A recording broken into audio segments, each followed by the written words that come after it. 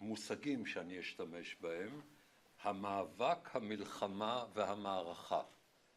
המאבק שעליו אני מדבר מתנהל בין 1955 לבין 1979.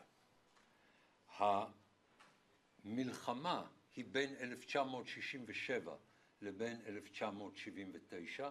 אני לא חושב שצריך לדבר במונחים של מלחמת ששת הימים, מלחמת ההתשה ומלחמת יום הכיפורים, אלא לראות מלחמה אחת שהתחילה ב-67 ונגמרה ב-79 בהסכם השלום, והמערכה היא מה שקרה באוקטובר 1973.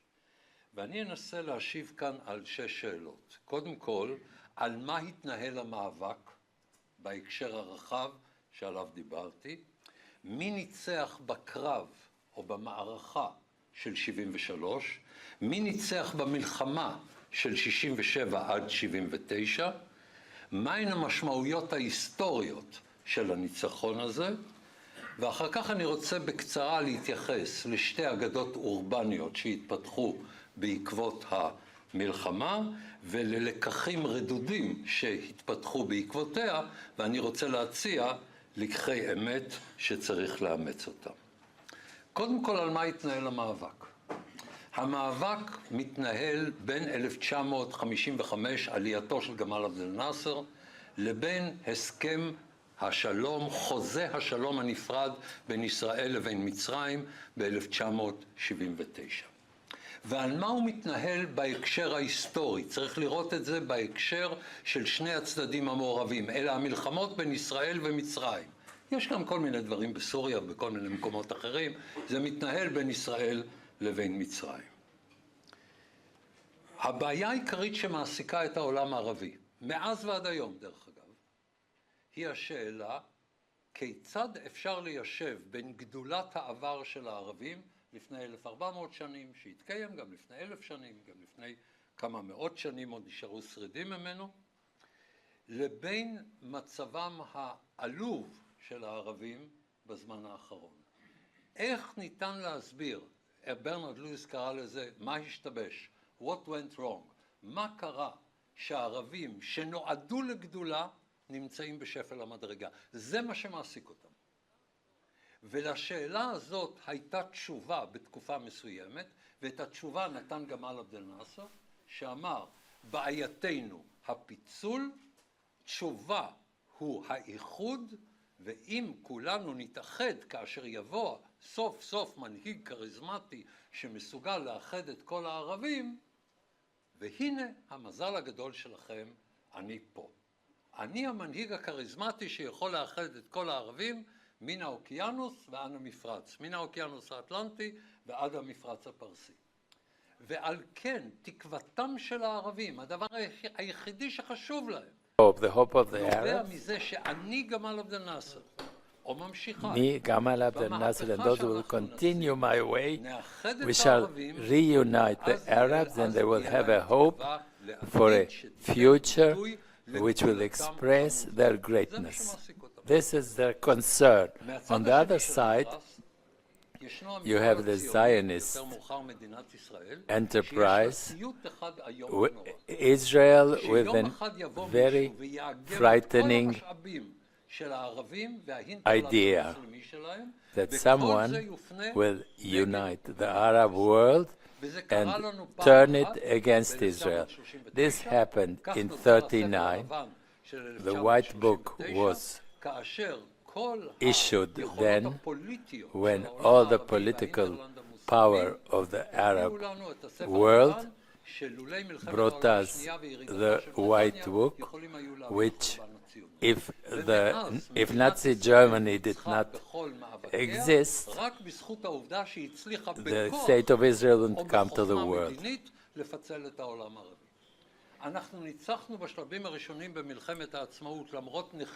In the independence war, we could succeed because we took King Abdallah out of the Arab world. In fact, the war was between Israel against Jordan and other fractions.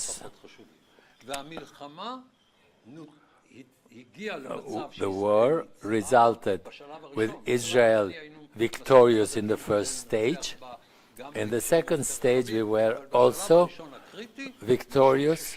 In the first stage, we were triumphant because we broke the Arab unity. And then Gamal Abdel Nasser arrived. And it was great not because he united the whole world, Arab world, but because he tied inseparably the Arab unity with the fight against the state of Israel. From the point of view of Israel, Ben-Gurion also talked about it. Even as Ben-Gurion mentioned, Nasser was some sort of an Ataturk. Nasser did not want, for the first 10 years of his reign, he didn't want to fight Israel, not because he was not ready from the military point of view, but because he didn't see that in the interest of Egypt. Moshe Sharet got to Egypt and talked with the prime minister, and he said, I felt I was speaking with friends. In 1948, Egypt had to be part of the war because Egypt wanted to be the leader of the Arab world. And Egypt and Nasser himself, they take part in the fight against Israel because this is the way in which they can become the leaders of the Arab world. There's no doubt that Egypt is a leader of the Arab world, but it cannot lead the Arab world without fighting Israel. The Arabs need unity in order to have a future, and we must break that unity in order to survive. So there are two possibilities. Either we break their unity or they break us. In that fight, when Egypt, at the bottom line, in 1967, she unites all the resources of the Arab world in order to fight Israel. Even though he didn't want that, he had to do that. A war started.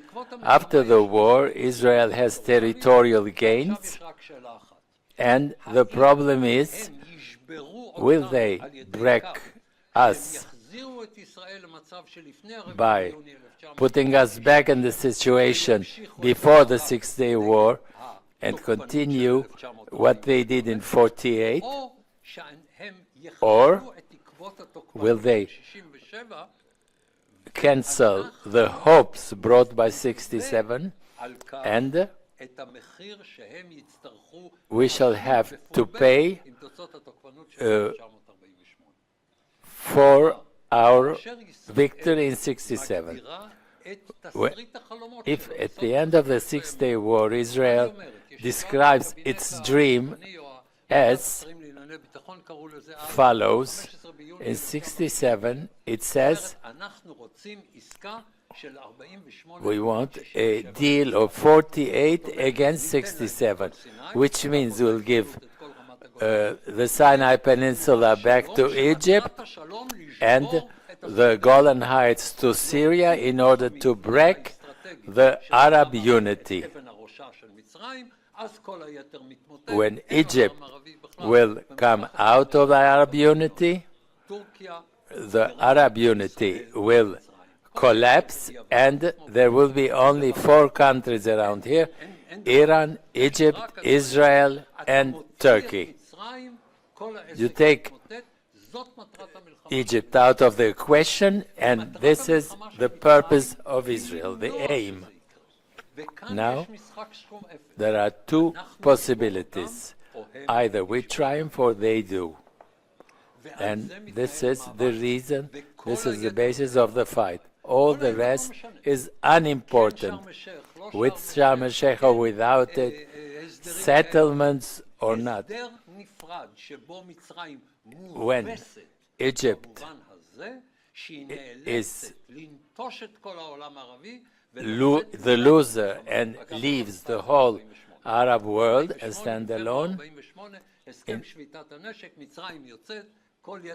in 48, when Egypt left the battlefield, Israel was very strong against the whole Arab world.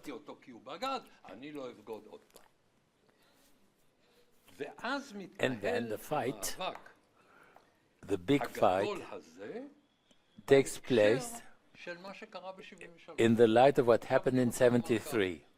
In 73, Israel was victorious in the battle, but it lost in the war. It was victorious in the battle because at the end of the fight, of the war, if Israel continued to fight, it could destroy a big part of the Egyptian army.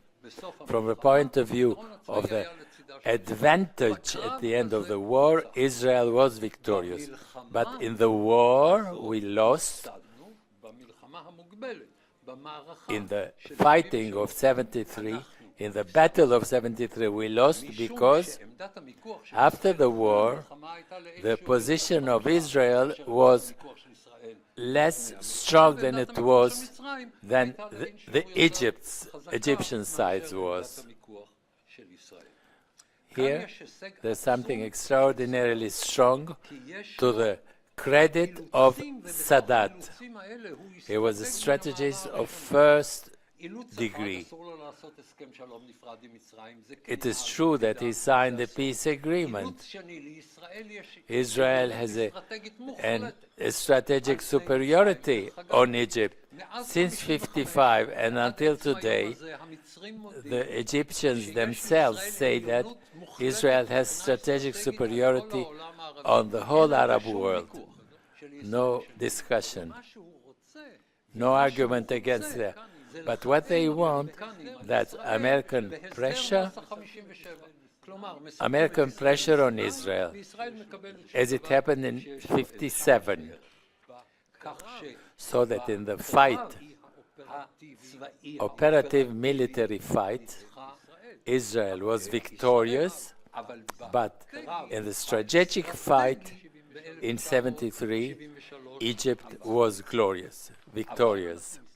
But when we look at the perspective of who won the war, meaning between 55 and 73, Israel was the total winner, and it got 120% of what you wanted. After the 6 Day War, at the top of the euphoria, the dream of Israel says a separate peace agreement with Egypt, and we got even more than that, because Sadat also said in the Knesset the following radical thing before he got anything back from Sinai. He said, "We accept you in the Middle East." This is an antithesis of everything Nasser said and everything Sadat said. Before the Yom Kippur War and after the Yom Kippur War, until 76, they were 100% against a peace agreement with Israel. The existence of Israel,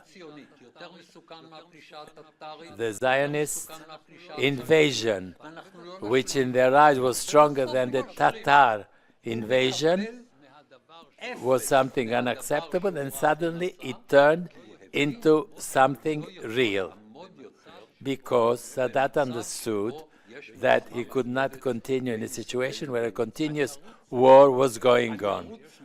I'll run because I have only 6 more minutes. The historical meaning of what happens is that since 79, Israel is in a situation which is the very best it has been in. There is no option of the whole Arab world uniting against Israel. And one indication about that is that Assisi saying 5 years ago in front of thousands of officers, you are the biggest heroes. In 73, you proved your heroism. You fought Israel. He said,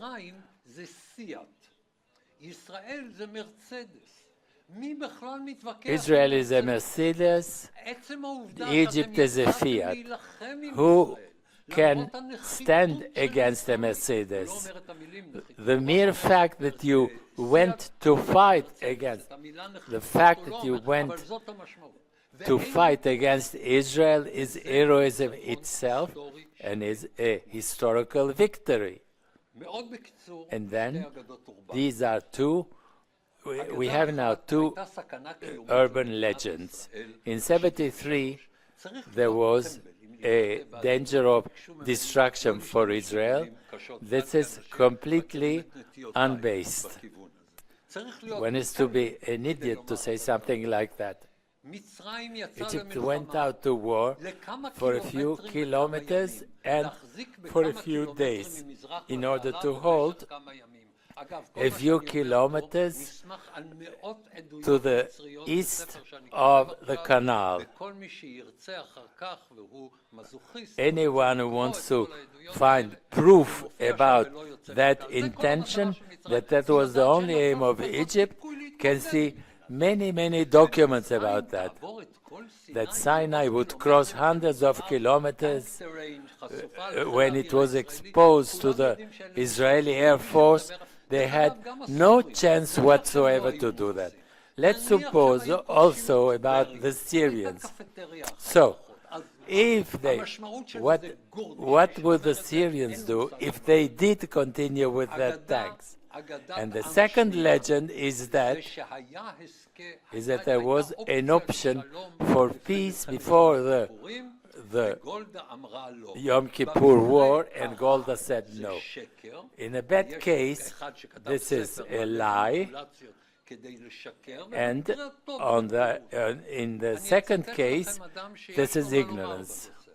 Anwar Sadat himself says, in March 73, he publicly says there was no Egyptian peace proposal. And then he quotes Ismail told Kissinger. It's in Arab, but the documents are in our hands.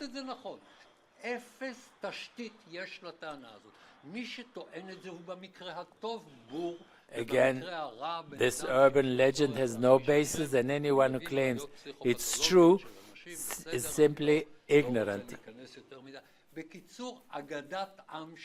No basis to that legend. What are the two things we must learn from these two? One must deal. We should not talk about intentions, but only capabilities. This is stupid in my eyes. Another conclusion is the Arabs should not be, their power should not be neglected. There are some fields in which you can neglect their capabilities, and in other fields you must simply take into consideration what they are able to do. The same goes for Israelis.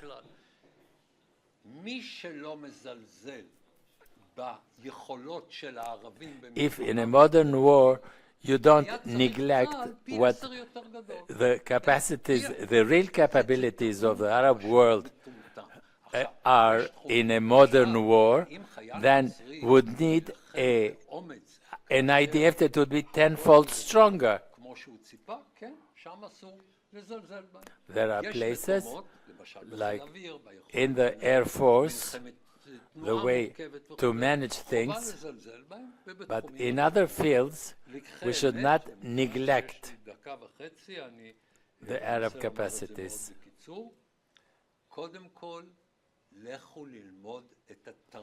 First of all, go and study, learn the culture of the other side. Don't think that they are another version of you speaking another language. If you will not understand that various societies have different range of importance for things, their order of preferences are different, you will never understand them. And last thing, we have that beautiful part that says there's a time to live, a time to die, a to do and a to that.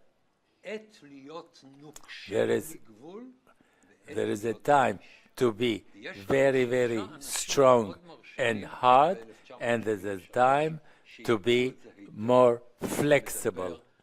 3 people knew that. That was Sadat, Kissinger, and Golda. All of them knew to be very strong, very hard when necessary, but also flexible when necessary. Sadat was very rigid in claiming that there would be no peace agreement until he realized that he had only 2 possibilities: to save Egypt, leaving aside the fantasies of the Arab world, or continue destroying his country. And at that stage, he changed by 180 degrees all his life conception.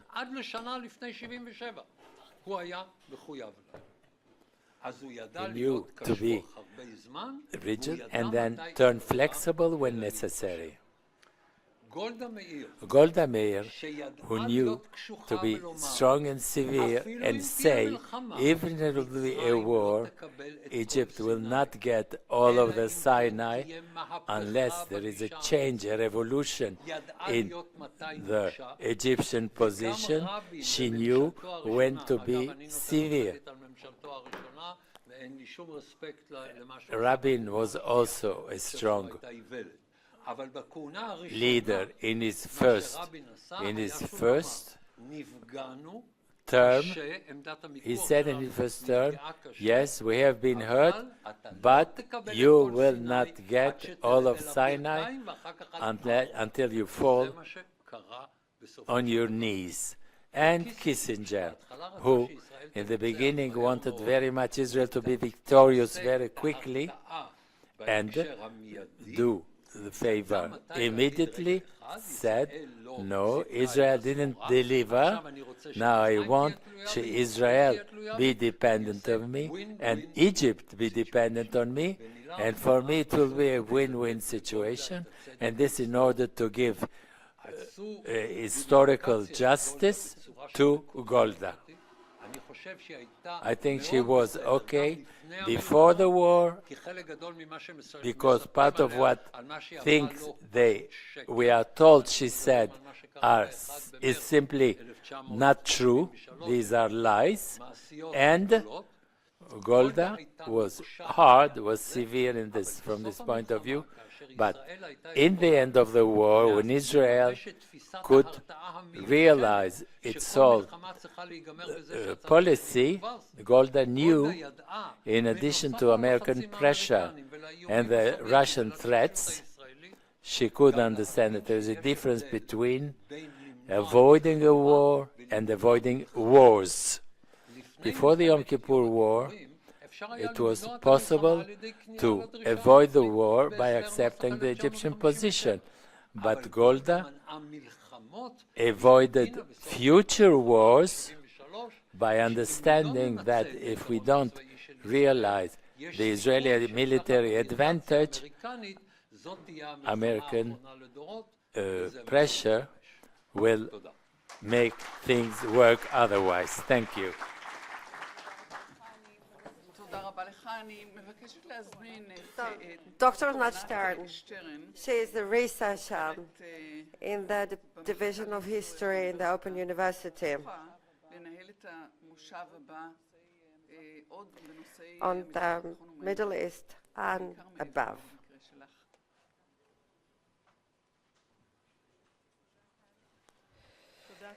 So, hi Tali. The three circles we currently encounter ourselves. First of all, the first tier is the bilateral tier, the encounter of Israel with neighborhood countries. The second one is the regional,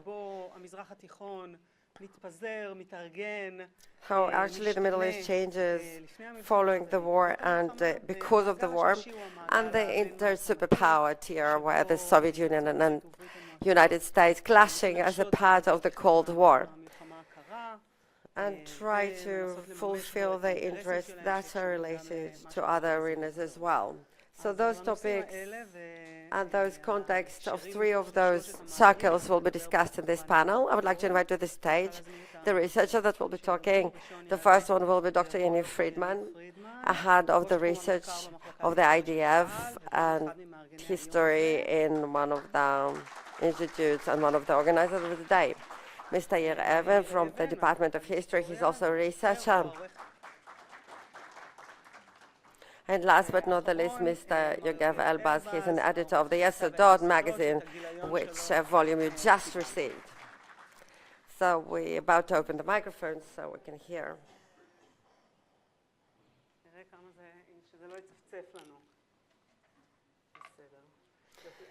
So I would like to start with you, Yair, because you researched the Soviet involvement in the Middle East during the years prior to the Yom Kippur War.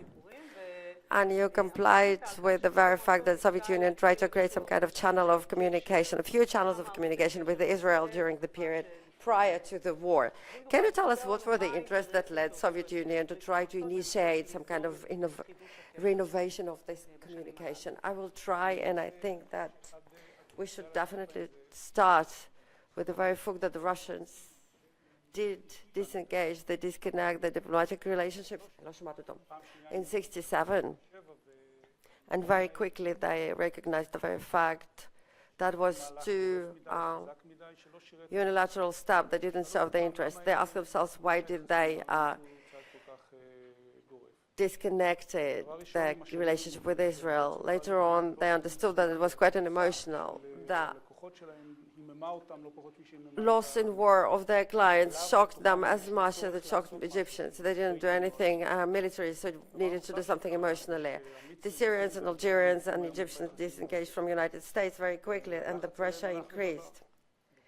And of course, the IDF was moving to Damascus. And Damascus, there was panic. The chief of staff was already moving into Homs, and then the Russians did what they did, and they were sure that they did the right thing. They asked all the Warsaw Pact countries to behave the way they did. Some of them knew it's not a smart move. It brought them to inferiority on a strategic level and will reduce their maneuvering space. The superpower doesn't do that, but they have to maintain their positioning on strategic level, but they did it. So the embarrassment very quickly, they understood within a few days that the Egyptians actually retracted. And those were the first steps that the Soviets recognized their mistake, and they tried to engage with us in different connections and different ways and different channels after the war. The channel between the ambassador in Washington and our ambassador in Washington, it didn't take off at all, really. It didn't work well. The Russians were quite afraid. They were concerned that this whole business was very shaky and it was a bit of a decoy. They always tried to be very clandestine and secretive. There were certain contacts they tried to initiate. There was a deputy minister of the Minister of Foreign Affairs who was in charge, Vladimir Semyonov was in charge of the Middle East, but those contact stopped, those negotiations stopped, but towards the 1970, when we thought that the Egyptians, together with the Soviets, reached a tremendous success in the attrition war, for the Russians it was very clear that the Americans began to run the business here from political perspective, and they read correctly this map, and they understood that they have a disadvantage. There is Rogers 1, Rogers 2. They pushed the Egyptians in a certain way to accept Rogers 2 plan. They pushed the missiles to the line of the canal, and then they asked themselves, okay, so where are we going from here and why, actually?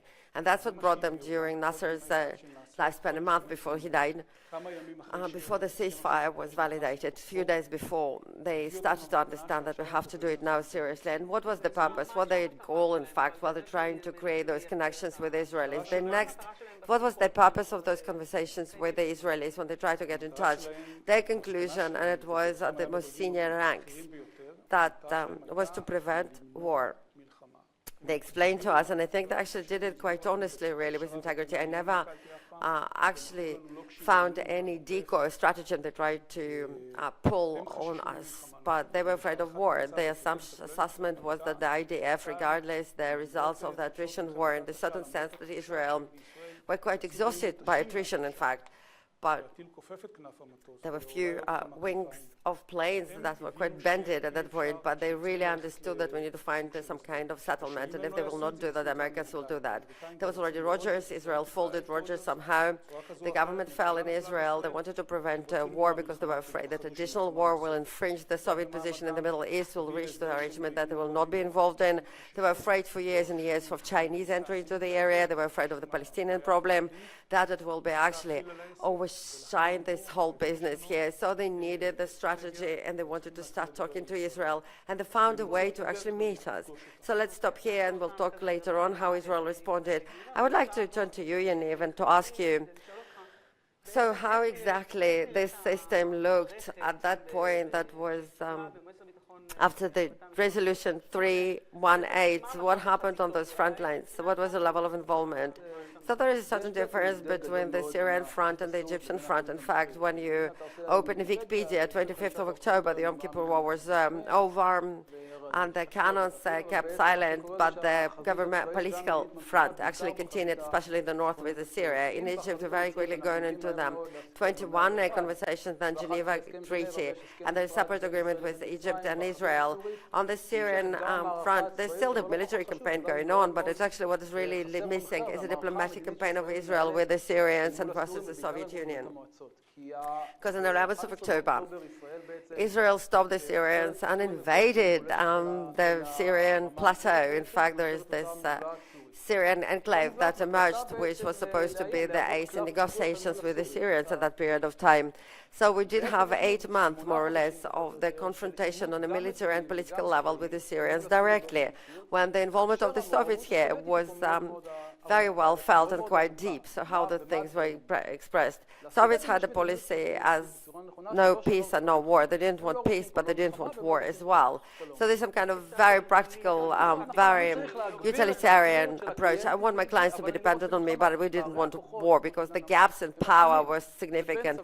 The military of Western sort that is supported by America, but there was a military of deteriorated quality of the Oriental weapons. They didn't want war. They understood the treason of Sadat. The very fact that Sadat, in the end of war, brought a separate agreement with the Israelis and moved from the pro-Soviet camp into the pro-Western camp, and more than that, he was maybe one of the biggest people, the biggest leaders of the research between Israel and Syria. He took upon himself the role of being the usher of this agreement to calm down the Syrians. Okay, don't create here the new front. I want to continue diplomatic steps with Israel. He was definitely one of the ushers of this agreement. And if there will be a war in Syrian front, I will never be able to stand against it, of course, because though I disengaged from one camp, I'm still Arabic. So there is quite a stubborn struggle from Syria and Soviet Union from one side, and there is a new axis emerging in the Middle East that never existed until now, the Americans, the Israelis, Egyptians. And the role of Sadat was crucial, in fact. It was crucial for understanding. He wasn't just the mediator between Israel and United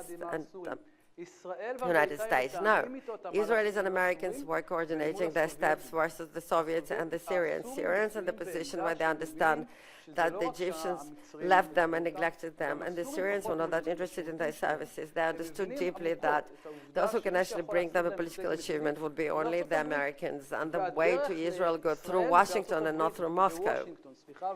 And that is a very deep change of Syrian perception of reality. In the most intimate conversations of Assad with Kissinger, he said, I don't need the Soviets, in fact. Kissinger explains to him the real gap in power. There is only one real superpower. That's true that Americans currently experience a loss in southern Eastern Asia. But here in this area, we can give you an actual diplomatic achievement. You should play our game. We'll talk about this concept and the United States status in the area, but I want to divert the gaze upon something else. We talked about the multi-arena experience and expansion of front lines, and there is one country that is not involved directly in this war, it's Lebanon. And I wanted to ask you, Yogev, how in fact this war impacted this country that is connected and not connected to historical events. So from one hand, we need to talk about what has happened in Lebanon before war and what is happening after the war in the inter-Arabic space. It's a playground of regional and Arabic systems. I will start with internal background. In 1973, it was an important milestone, and it's a part of the lengthy process from the end of the Six-Day War and until April. There was a duration into the civil war. There are a few important milestones. I'll be talking about that very quickly. Obviously, the Cairo Accord, where the inter-Arabic system coerced the Lebanese government, in fact, to accept PLO, and officially PLO and legally was allowed to operate in Lebanon against Israel.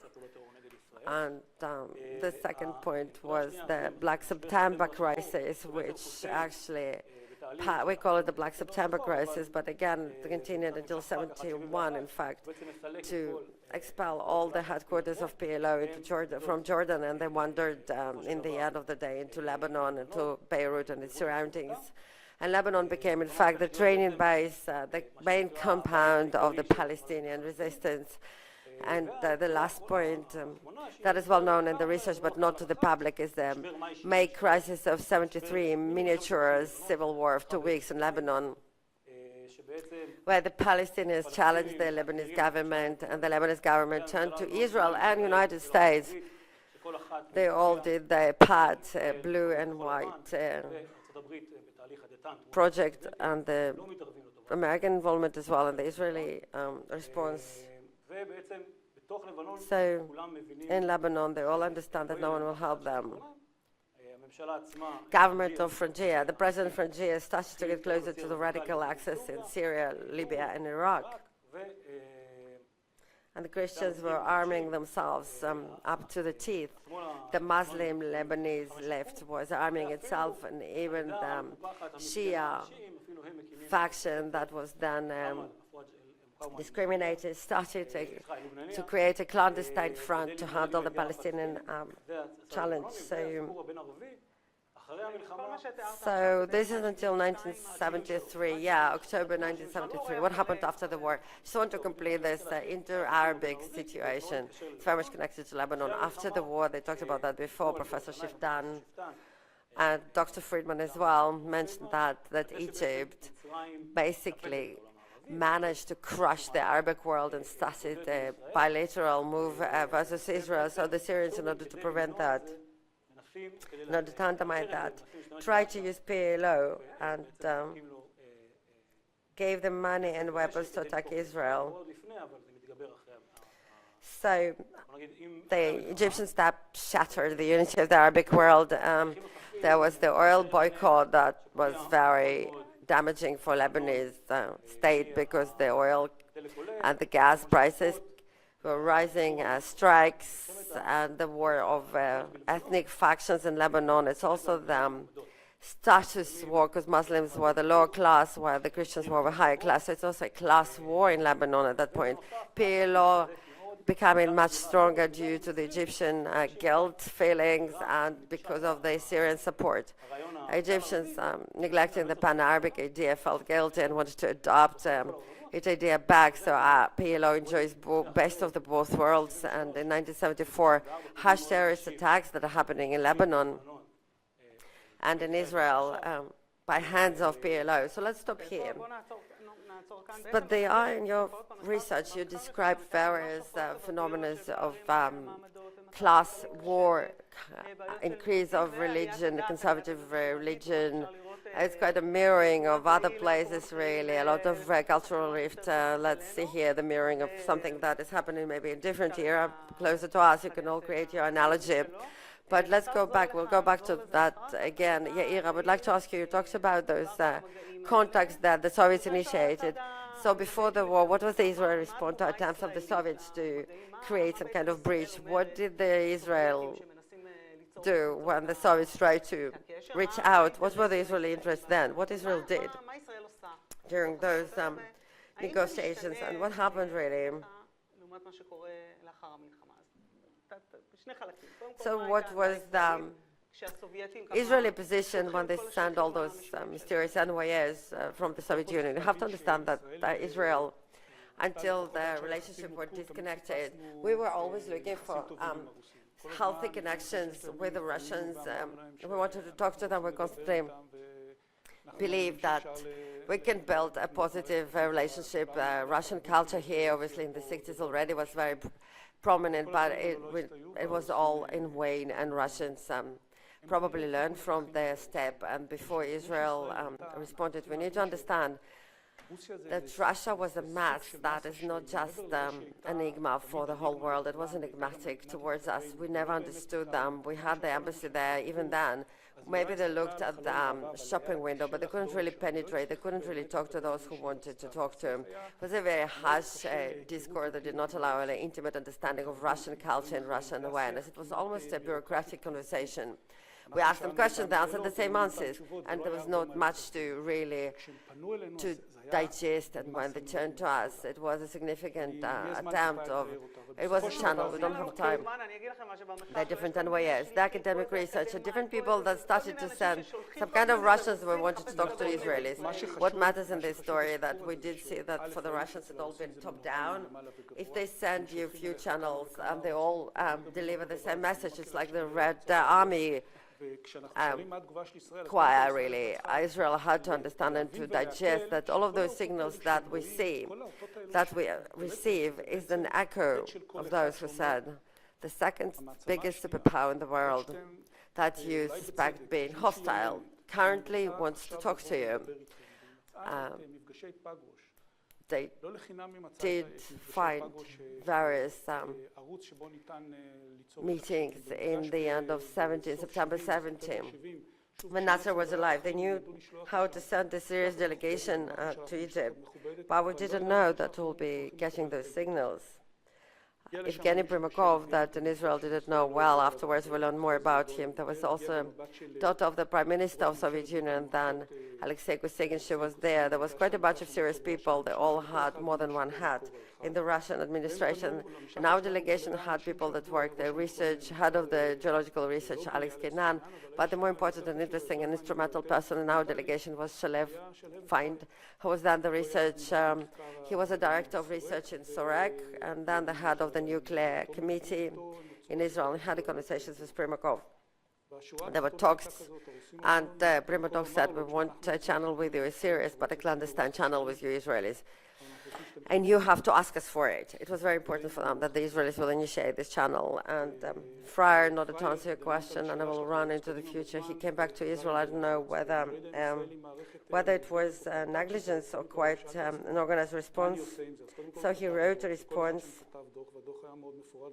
And what will I do with that? I don't know whether it's real or not, but shall we do? Shall we respond or not? So the government of Israel gathered? No. Galilon just said, you know what, answer them. What shall I answer them? Whatever he wanted you, you can answer him whatever they want to hear from you. So it was lovely meeting you, very serious message. If you also want to continue the discourse, let me know how would you like us to continue that. So that, in fact, is the beginning of those outreach from the Soviets. But what was the actual response of the Israelis? Rabin was also part of those attempts of outreach of the Soviets. The Israeli response, what was the answer of the Israelis? Yeah, when they started the outreach and they started to move forward and understood it's going to be a serious meeting, the Russians sent another envoy, and as far as they're concerned, the smart step was they always sent someone who is Jewish. So they sent here Victor Louis, and another Jewish person was Primakov. In the end, the government of Israel gathered and discussed the question, what do we need to do? And then we suddenly understood, do we want to talk to them really? Well, they would like to talk to us about the process with the Egyptians, in fact. And we might want to actually talk to them about the Jews in the Soviet Union, but they don't want to talk about the Jews in the Soviet Union. So there were 3 topics for a conversation detected. Egyptian topic, the peace process, no one talked about Syria or anything else of that sort. Yaniv mentioned here the matter of relationship between Syria and the Soviet Union. Kissinger was delighted. He was all excited that the Black September we did without telling the Russians. That's what Assad told him, and he was excited about that. The process with Egypt, bilateral relations, and the Jews in the Soviet Union. But what was the Israeli position? The Israeli position was that in the end of the day, when it became clearer and clear what the Russians say, apparently there was a tremendous gap here. And Russians said A and we said B, so we had absolutely nothing that we agreed upon. And I said, okay, forget about that really. You don't know what you're trying to say here.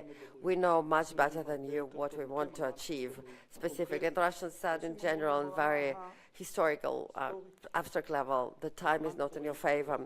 And we told them, no, it is in our favor. And the Russians said, no, you can't really will maintain the status quo. And we said, you know what, time after time, between 71 and 73, one of the most important things we have is to tell the Russians during the second encounter.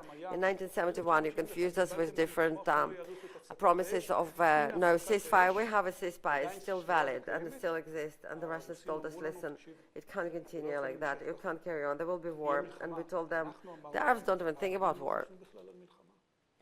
I have here prepared a few quotes in order to show you to what extent we had significant gaps. The Russians wanted to play a role, and we said, no role for you. And there was a reality that emerged here. It became a discourse of 2 deaf men. So in this context, I would like actually, Yaniv, to go back to the period of time of negotiations that took place after the war. Just to talk about the place of those moves of and battles of Israel and Syria with the superpower. Where is it positioned within this interface between superpowers? It's not the first time, actually, I think, in our discussion that we'll be agreeing with what Dan just said. The gravity center of the whole discussion of this whole campaign that is happening between November of 73 to May of 74 is how to kick out the Soviets from here. That was the central gravity point of this whole field. That was the American interest, and obviously the Israeli interest as well. So all the attempts of Soviets here obviously were met with a wall of silence because the Soviets want to promote some kind of comprehensive solution to the whole conflict that Israel would withdraw from the Golan Heights. Israel said, no, we don't want to talk about that, absolutely not. And it was well integrated to the American interest. We would like to limit here the Soviet presence in the Middle East. It was good for us, it was good for the Syrians as well, apparently, because they couldn't take out anything from the Soviets. The Soviets wanted to bring themselves into this area after they were actually leaving it through the Egyptians. They were kicked out completely. It's been expressed by so many different tactical moves as well. Who will be cleaning the canal after the war? It was the American company that opened up the canal, the Suez Canal, not the Russians. This whole process is very open and very clear. And within it, the Soviets actually try to balance themselves somehow, to introduce themselves into it. And there was a determined move of Kissinger and Golda Meir that was not willing to concede to the Syrians because of the prisoners of war, regardless of significant Soviet pressure, not to concede to the Soviets on a political level. We don't want the Soviet involvement here. We want the Americans to be those who will be in charge of the process in Geneva, and afterwards in the separation agreement with the Syrians. We don't need the Soviets. We need the Americans, and that serves the interests of 3 of the sides of this area, the Egyptians, the Americans, and the Israelis, of course. Not the Syrian interest, though. So what about the battle between the superpowers? The Soviets try to reposition themselves as a superpower to gain back their position in this area. But the national security of the superpower is very different from the national security of a regular state. What happened there? We are focusing as Israelis, very often, rightfully so, on the Middle East and on upon ourselves. But the war, the Yom Kippur War, didn't happen here. It happened in a vacuum. And there is a battle between superpowers of expanded nature in Asia, where Americans experienced a loss in war. But it's not a military conflict. It's political, it's economical. The Vanik-Jackson law in the American Congress, where the Russians Vanik-Jackson law, where the Russians wanted to upgrade themselves to the country with trade alleviations, but they didn't want because Israel didn't want it and the Americans didn't want it as well. But the interests of the Soviet Union are not always actually similar. We have an interest to win in the war and to reach a certain agreement with the Syrians. There is a superpower precedent here, though the Middle East is a very important place, but not the most important place in the world. Therefore, we need to promote additional requirements. The Soviets wanted to lead to a policy of no peace, no war. And there is here a battle between two main axes, actually. So there is connection between Israel, Egypt, and the United States, and the radical axis of Syria, where later on the Palestinians joined in as well. I would like to stop you here because we're really, unfortunately, very short on time. But again, as a bottom line, we need to constantly take into account the very fact that we have certain conversations. We have the Vanik-Jackson law and everything that expresses the expressions of the superpowers in topics that are not bilateral. So you mentioned the Palestinians, and we're really short in time. But after the Yom Kippur War, this is where the Syrians are trying to bring back the Great Assyria idea and start to use the proxies with quite a vigor, Palestinian proxies as the NYS, again, Israel. Let's talk about this concept of the Syrians a little bit. Well, it's actually the very beginning of the Lebanese mud, wouldn't it be? As you said, yeah, exactly. So I talked about the very fact that, yeah, Six-Day War and everything that happened afterwards, the Palestinians came to the front stage in the Middle East, in fact, until from 56 they completely disappeared into obscurity of history as a political force, nothing that ignited and motivated the system in the Middle East, and they made a comeback in the 60s, and with quite extra vigor after the Yom Kippur War. What, as they said today, very often actually, the Egyptian threat was removed, a more significant threat upon Israel. And what actually came to the front stage anew was the Palestinian narrative. Israelis were afraid of the Palestinian narrative, not because it was an existential threat, obviously on the military level.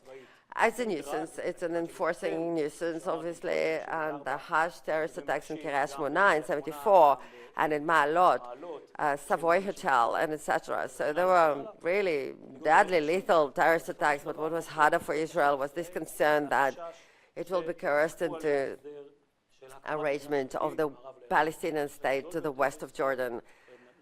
On the Palestinian topic, that's what they try to prevent at any cost, really. Later on, this will be the beginning of some kind of our own proxies, Haddad militia, for example, and the connections with the flag, which is extremely interesting. For the first time that Israel actually tries, maybe the only time when Israel tries to leave this concept of villa in the jungle and to rely upon a different Middle Eastern force to defend its borders. I will do that at another time, definitely. Would love to expand on that. Identical question to both of you, really, but answer very shortly. You, in fact, in your research, talk about the connection between the military pillar and the diplomatic pillar, which is actually the one that finalizes the procedures. And many others mentioned that nothing is happening without, obviously, the diplomatic moves.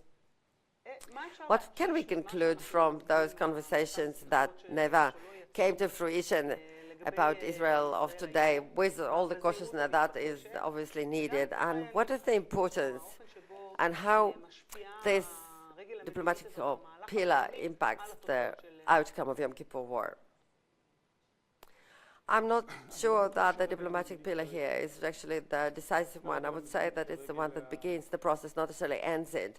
And if it's broken, then troubles definitely kick in. And this war, other wars, they talk about lessons one can learn, but some lessons, you know, what kind of munition you need to procure or whatever. But when you talk about military aspects of war, you talk about an ability of maneuvering, for example, capacity to maneuver. But I think if we would have a political, diplomatic maneuvering of a better nature, then we could have handled or cope differently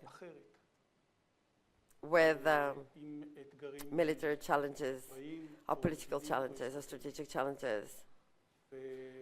And wars, they're not necessarily some kind of destiny with a military solution later on we'll handle. No, sometimes you can actually have a preliminary blow of diplomatic power. In 73 and 23, okay, let's look at that from this perspective. We had this tendency to actually overlook the capacities of the Russians when they said, listen, there will be war here. And we said, you know what, I don't necessarily want to read it now, but one of the senior, Moderator, one of the most important members of the political rank, who told them, so for the external factor like yourself who comes here and said that you're taking care of our future, though someone will revenge us, I would like to say that we would rather assume that Israel knows how to weigh our own considerations and to fortify our future better than any other factor. Maybe we should actually listen to advices of others from time to time, because they can be beneficial and not damaging and definitely contribute. And the last statement between 73 and 23, really. The superpowers come and go. We need to remember that Russians came and went, and they surprised us when they knocked on our doors down. They surprised us when they came here to the Middle East. We should remember that, and they can come back. And if we will discount them, that can be more than just a light blow at the wing of the plane. If I have to look at the end of the process and the separation of forces agreement and this balance between the diplomatic and military pillars, we believe in America in this sense. We coordinate our moves, not 100% though, but on the very high level with the Americans. And this is how we reach our conduct in the Syrian enclave. We didn't want to cling to this enclave. We wanted to actually reach an agreement with the Syrians for the separation of forces. Well, we actually maintain our interests in the United States, and diplomatic steps were a supportive step. So do you see at this point of those diplomatic attempts, the Kissinger skipping between countries, this is the point where this tight connection, there is a tight connection after 67, but it's reinforced indeed after the war during 74, because the Israeli interests and the American interests were overlapping, really, which is to expel the Soviets. But I want to say a word about Golda Meir, the Prime Minister. She understands well the international restrictions. She didn't live in a vacuum. She understood perfectly that the interests are not always fully overlapping. And we need to see how we will not be actually causing any damage to the Americans. And there was a lot of self-humor. She's very critical towards herself in this aspect. In April of 74, when she actually retired, Abba Eban came and said, I want to be Prime Minister. Which state? She was very much aware and understand the limitations that she actually had. You need also self-criticism and self-humor. She understood the Prime Minister has to balance between implementation of power, accepting things and refusing, and the result of the separation of forces agreement expressed that well, because the Syrians got absolutely almost nothing. They received Quneitra. Well, this resort, fine, no problem. A little bit of amendments of the 67 lines. Israel broke it on prisoners of war topic and a guarantee to withdraw from the Golan Heights, and maybe it's kind of connected to diplomatic steps. And there was a guarantee twice from Kissinger. The American regime will never force Israelis to give up on the Golan Heights, not because we were stubborn, but because Golda Meir managed properly the diplomatic campaign, as important as military campaign it is. So thank you, three of you. Thank you, Dr. Anat Stern, from the Division of History in the Open University. And we'll carry on with the conversation with the head of the Strategy Division of the Strategy Division and the Third Tier Division, Brigadier General Benny Gal.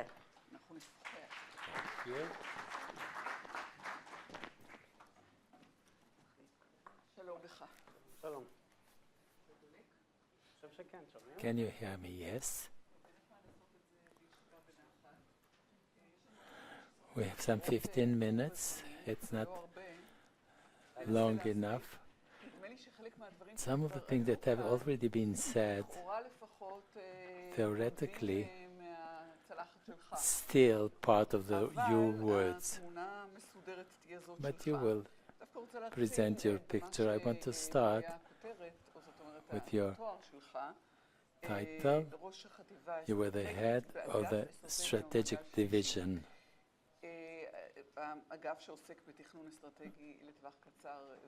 You deal with strategic planning in the short and long runs.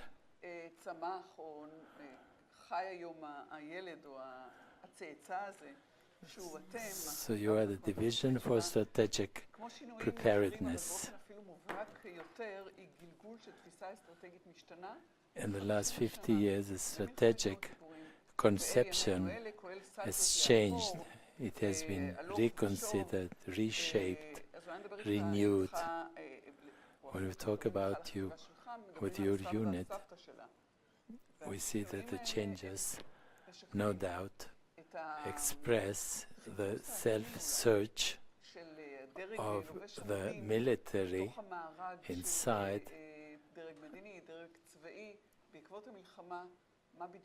the world of the political realm. Thank you. Thank you to the Institute. I believe that in the first part of the session, we were told that we feel the pendulum moving in the opposite direction. We really see that some things are similar, some are different, but the surroundings are the same. What we try to do in our strategic preparation section remains the same. We're trying to help the strategic level of the army, the chief of staff, and the political sphere who get to the big decisions, to help them reach the best decisions. You have to draw a map that will help them navigate through the various problems we face and check the alternatives and be able to choose what the targets and the best solutions are. Because the table we're talking about is the sand table that we use in order to present the situation and the options. It's not simply what you present, and it's not that it is used as you present it by the political decision makers. Everything we talk about, in fact, is about the human resource. What is the importance of the human resource here? There is no process that will bring us to the ultimate or to the correct decision without taking in consideration the human element. For example, something that has already been reported here, we met it in the Yom Kippur War. אני חושב שההתבוננות על מונח הרב-זירתיות, אפשר להתבונן עליה מכמה זוויות שונות ומעניינות, ואנחנו מפתחים אותם בתוך הדיאלוג הזה, גורמי המטה לומדים את העניין, ביחד עם גורמי המודיעין שמתארים איך האויב מתארגן. We have to find out what the enemy thinks about what our concept is. עם תפיסה משלהם. הסיפור של הרב זירתיות, למשל, בואו נסתכל על אז והיום, פגשנו אותו ביום כיפור, כמו שתואר פה קודם. We met that in Yom Kippur. מציאות אויב. We have an enemy in front of us. אויב ממוסד. With regular army forces that can fight us in a certain, and it decides to open a war against Israel. And now today we have a change in his capabilities and also in his wishes. There are situations that were in existence at certain points in history. What we start to point out to ourselves is that some possibilities are repeated, but they are not repeated exactly in the same condition that existed in 73. We have to check what a multi-level war in different fronts today can mean when the threat comes from an enemy who is different from the enemy faced in 73. The thought of the possibility to produce heavy damage to Israel, especially if it comes from a multiple number of fronts, is something that we have to take into consideration. We must also think about the cyber variation, no doubt. The possibility of all these actors together to decide in a synchronized way to influence us, and they're acting in concert is something which doesn't exist, because each enemy of ours has his own interests and targets. On one side, there is a wish to harm us, but on the other hand, there is no synchronized effort between our enemies. But the possibility that it will happen without that same synchronization is also possible. We have, for example, the problem with the Palestinians and the old city.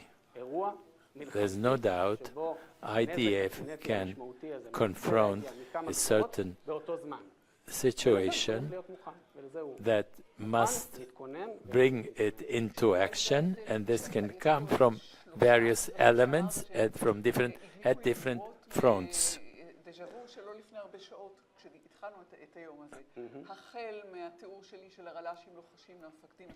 We talked all the time about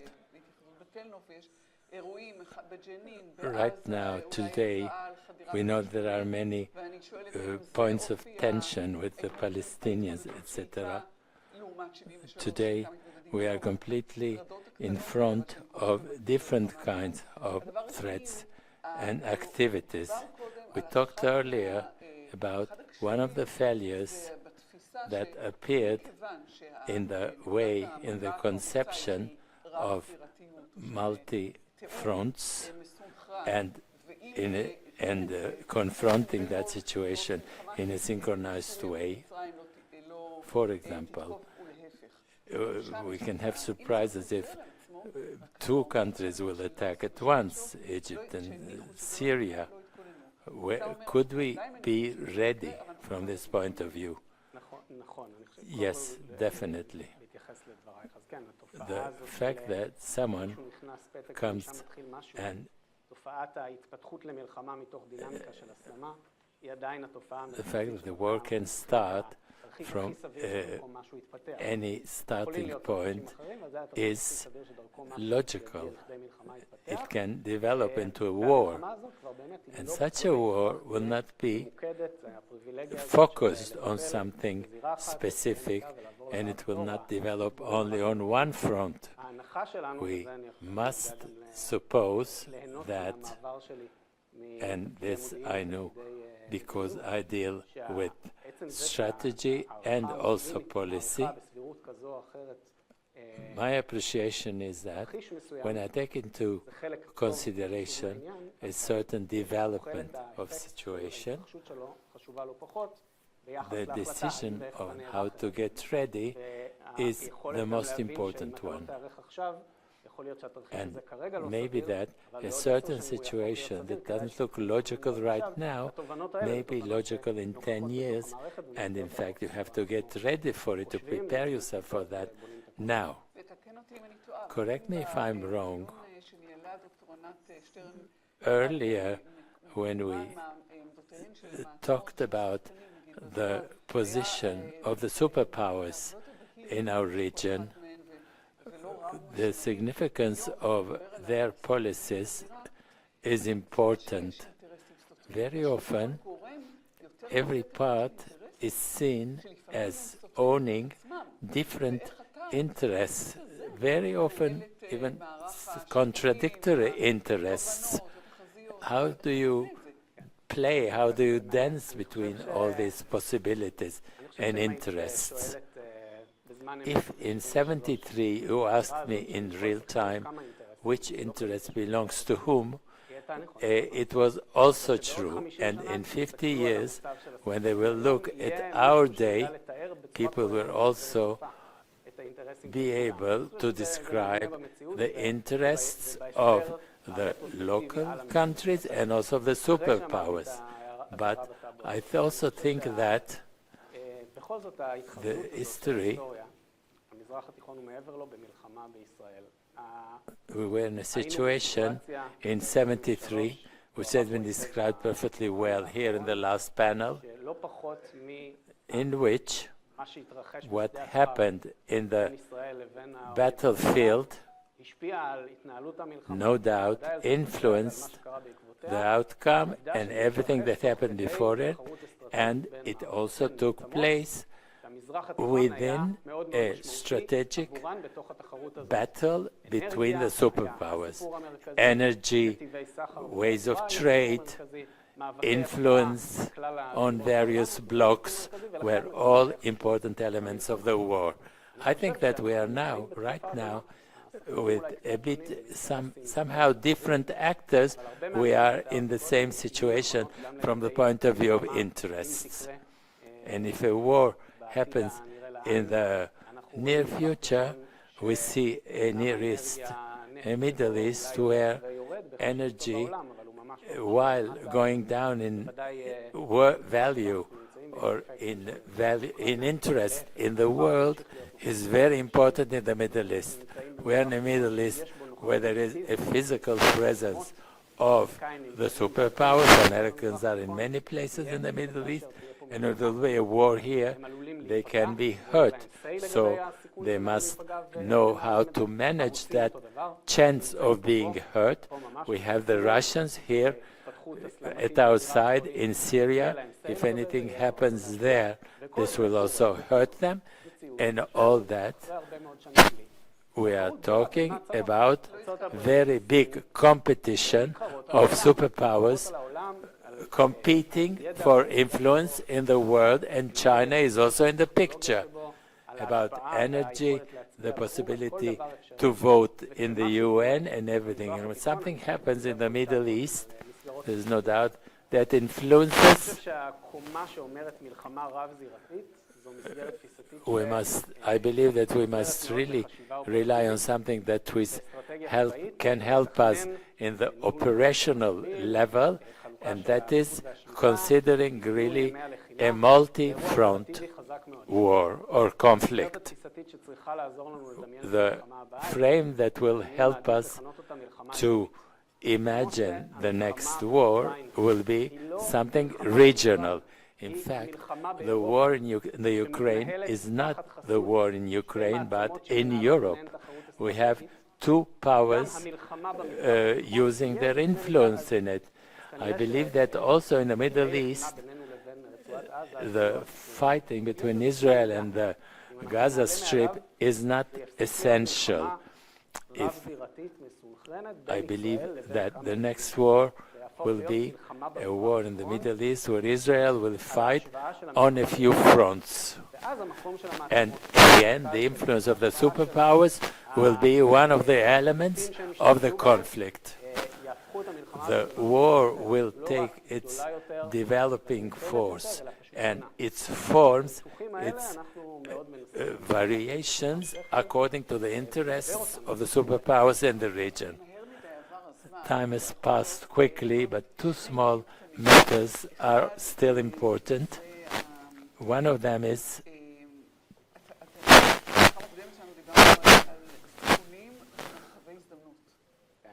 the risks and the possibilities. Our everyday life is in fact between wars. And when do we have to decide to take risks in order to reach a better future? And then, of course, the situation in Israel and the unity of the people and its importance in the whole picture.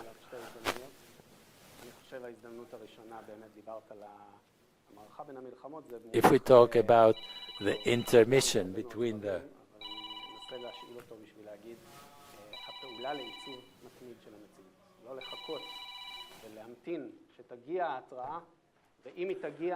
so we'll know how to conduct the war and come back to the routine. And we must continue all the time to give a form to reality in order to avoid the war as far as possible. This is something the army really understands the meaning of, to try and avoid the next war, and in case it will happen, and we know that it will happen, to reach it in the best, from the best angle and as prepared as possible. This is the first thing we look at in the army. And the second possibility is the position of Israel in the Middle East. In 1973, we were alone. We were surrounded by enemies, and we were alone. Right now, we're not like that. Today, the situation of Israel, thanks to the peace agreements and to the Abraham agreements, is different. When Israel enters to the American Strategic Agreement, these all give us some stability in the region and give us the possibility to look at it a bit with suspicion, but also as some sort of support to our position. There's one small additional thing. There's also something of directing or conducting the crisis instead of solving it. Sorry, if this is something I won't be able to answer in 20 seconds. I must take into consideration just a few words about the question. Something has not changed. It's something constantly with us, and it is the importance of the human element, the possibility of IDF to have the best people in order to face that very complicated and difficult situation, in order to face all those difficulties and challenges, and also inside and outside to be strong and ready. Thank you very much.